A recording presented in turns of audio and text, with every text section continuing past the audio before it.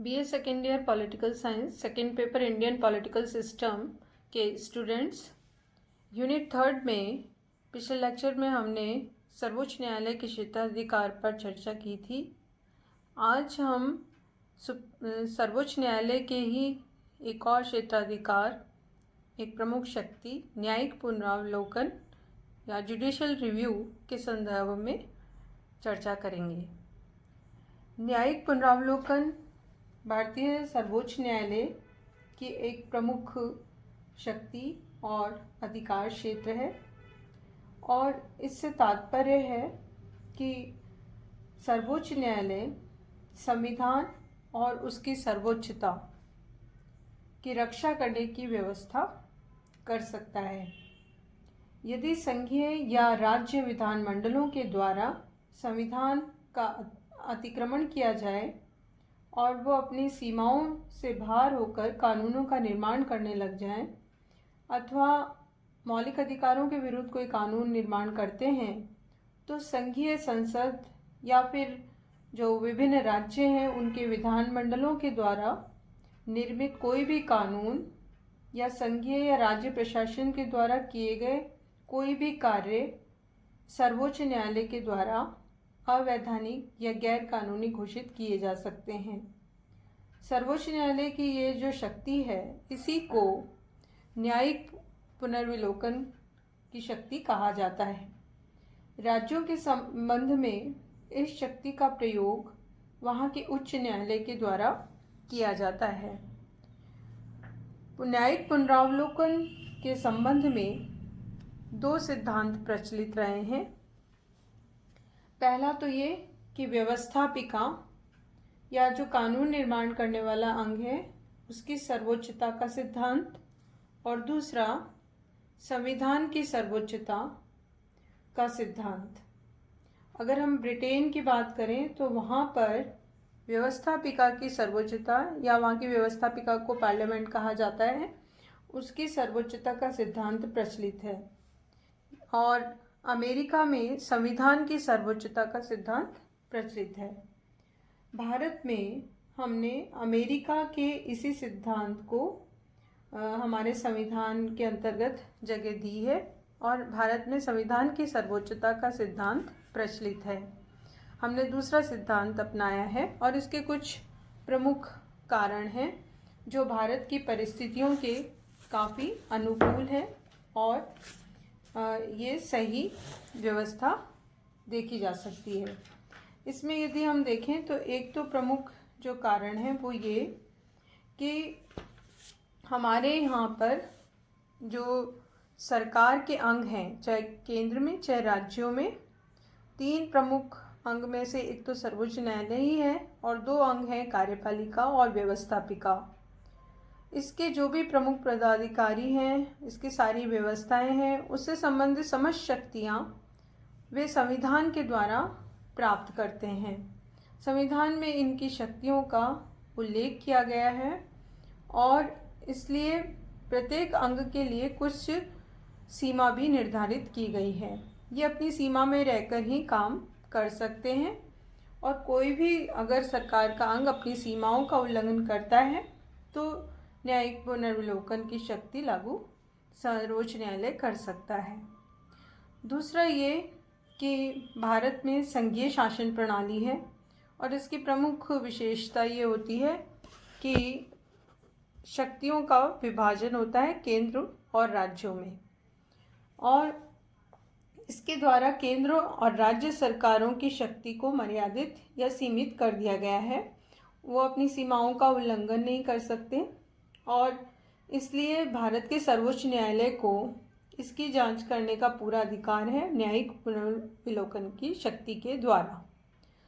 तीसरा प्रमुख एक कारण है कि भारत के संविधान द्वारा यहाँ के नागरिकों को मौलिक अधिकार दिए गए हैं और जिसका उल्लंघन किसी भी दशा में कोई भी केंद्र हो या राज्य की सरकार हो उसका उल्लंघन नहीं कर सकती।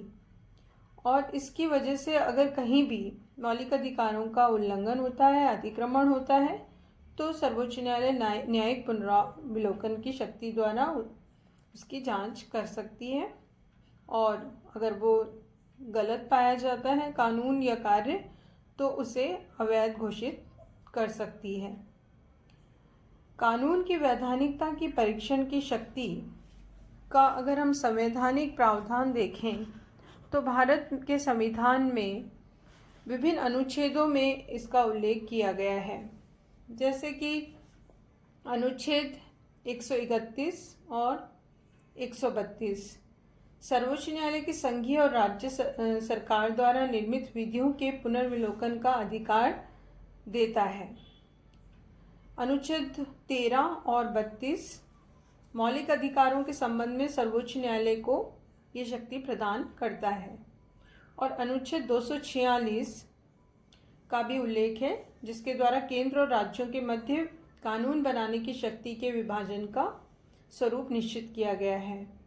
भारतीय संविधान में न्यायिक पुनरावलोकन की व्यवस्था की गई है और न्यायिक पुनर्विलोकन की दो शक्तिशाली स्थितियां या आधार देख सकते हैं। एक तो यही है कि भारत में संघात्मक व्यवस्थाएं है और दूसरा भारत में नागरिकों के लिए मौलिक अधिकारों की व्यवस्था है। इसके बाद हम देखेंगे कि न्यायिक पुनरावलोकन की प्रकृति और सीमा क्या है। इसको हम किस तरह से इसके स्वरूप को स्पष्ट किया जा सकता है। Nature of judicial review. इस संबंध में भारतीय संविधान द्वारा सर्वोच्च न्यायालय को न्यायिक पुनरावलोकन की शक्ति प्रदान की गई है। भारत में न्यायिक पुनरावलोकन का जो क्षेत्र है वो बहुत अधिक व्यापक नहीं है। अगर हम अमेरिका की बात करें तो वहाँ पर इसका क्षेत्र अत्यधिक व्यापक है और भारत में इसका क्षेत्र सीमित है। अमेरिका में इसकी व्यापकता का कारण है कि वहाँ का जो संविधान है वो संक्षिप्त है, इसलिए संघ और इकाइयों की शक्तियों से संबंधित विभिन्न बातों का उल्लेख संविधान में नहीं किया गया है और इसीलिए सर्वोच्च न्यायालय की न्यायिक पुनर्विलोकन की शक्ति को बढ़ा दिया गया है।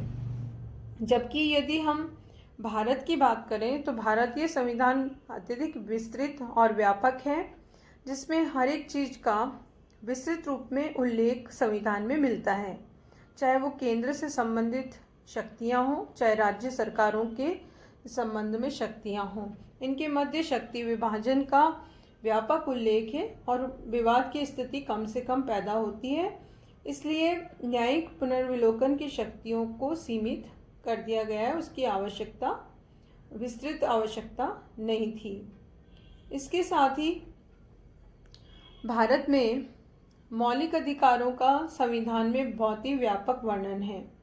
विभिन्न अनुच्छेदों के द्वारा विभिन्न प्रकार के मौलिक अधिकार, जहाँ हमने पढ़े भी हैं कि उसमें हर एक प्रकार के मौलिक अधिकारों का वर्णन मिलता है, स्पष्ट है और व्याख्या की गई है। इसलिए भारत में न्यायिक पुनर्विलोकन की शक्ति को बहुत अधिक व्यापक बनाना आवश्यक नहीं था। जबकि अमेरिका में, जैसे हमने अभी जाना कि वहाँ पर संविधान संक्षिप्त है और मौलिक अधिकारों का प्रारंभ में तो उल्लेख भी नहीं था, बाद में वहाँ उसको शामिल किया गया और उसकी व्याख्या न होने से वहाँ पर न्यायिक पुनर्विलोकन का क्षेत्र व्यापक है, जबकि भारत में इसकी आवश्यकता नहीं थी। इसलिए भारत में मौलिक अधिकारों के संबंध में इसका क्षेत्र सीमित है। इसके साथ ही भारत में हम जो व्यवस्था अपनाई गई है वो है कानून द्वारा स्थापित प्रक्रिया। दो तरह की प्रक्रियाएं होती हैं, एक तो कानून की उचित प्रक्रिया और दूसरा कानून के द्वारा स्थापित प्रक्रिया। यदि हम अमेरिकी संविधान की बात करें, वहाँ पर कानून की उचित प्रक्रिया को अपनाया गया है, जबकि जापान में कानून द्वारा स्थापित प्रक्रिया को अपनाया गया है और भारत में जापान के ही इस व्यवस्था को हमने संविधान में स्थान दिया है। इस संविधान में की गई व्यवस्था के आधार पर अमेरिका में सर्वोच्च न्यायालय किसी भी कानून की वैधानिकता की जांच दो तरह से कर सकता है, संघ या राज्य जिसके भी विधानमंडल ने उस कानून को बनाया है, और कानून की उचित प्रक्रिया की शर्तों को पूरा किया गया है या नहीं, इसके द्वारा वो जांच कर सकता है।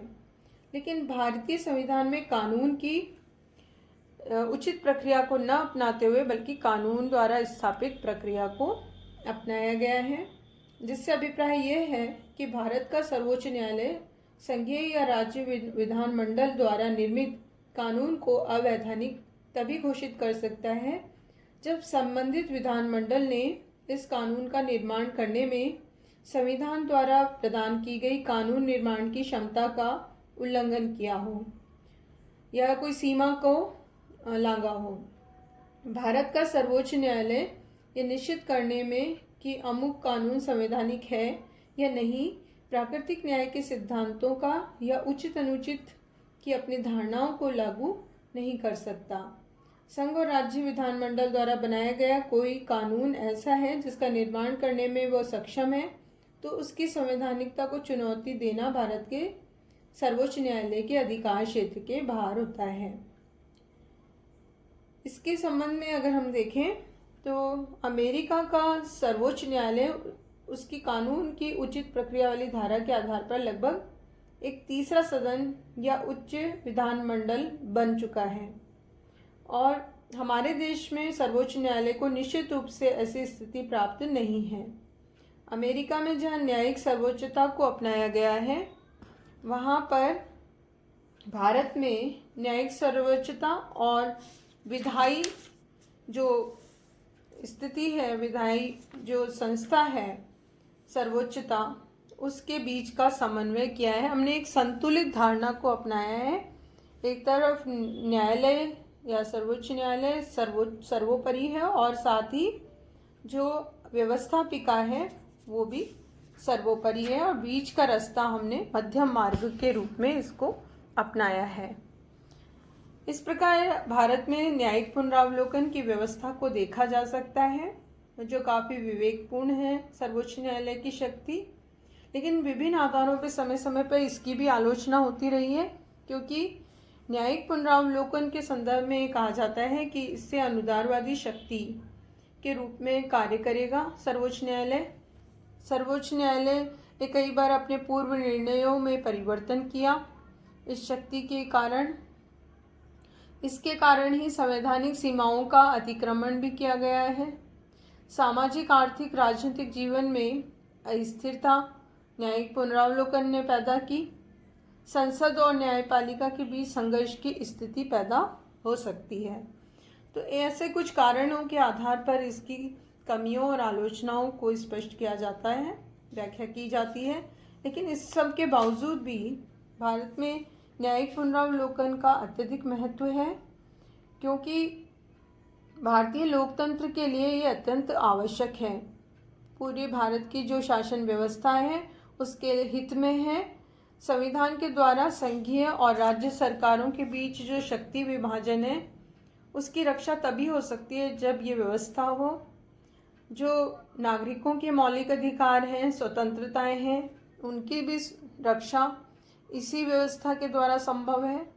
और साथ ही न्यायिक पुनरावलोकन के द्वारा जो सर्वोच्च न्यायालय है, उच्च न्यायालय है राज्यों के, वो संविधान के अधिकारी, व्याख्याता या रक्षक के रूप में कार्य कर सकते हैं और एक संतुलित स्थिति बना सकते हैं।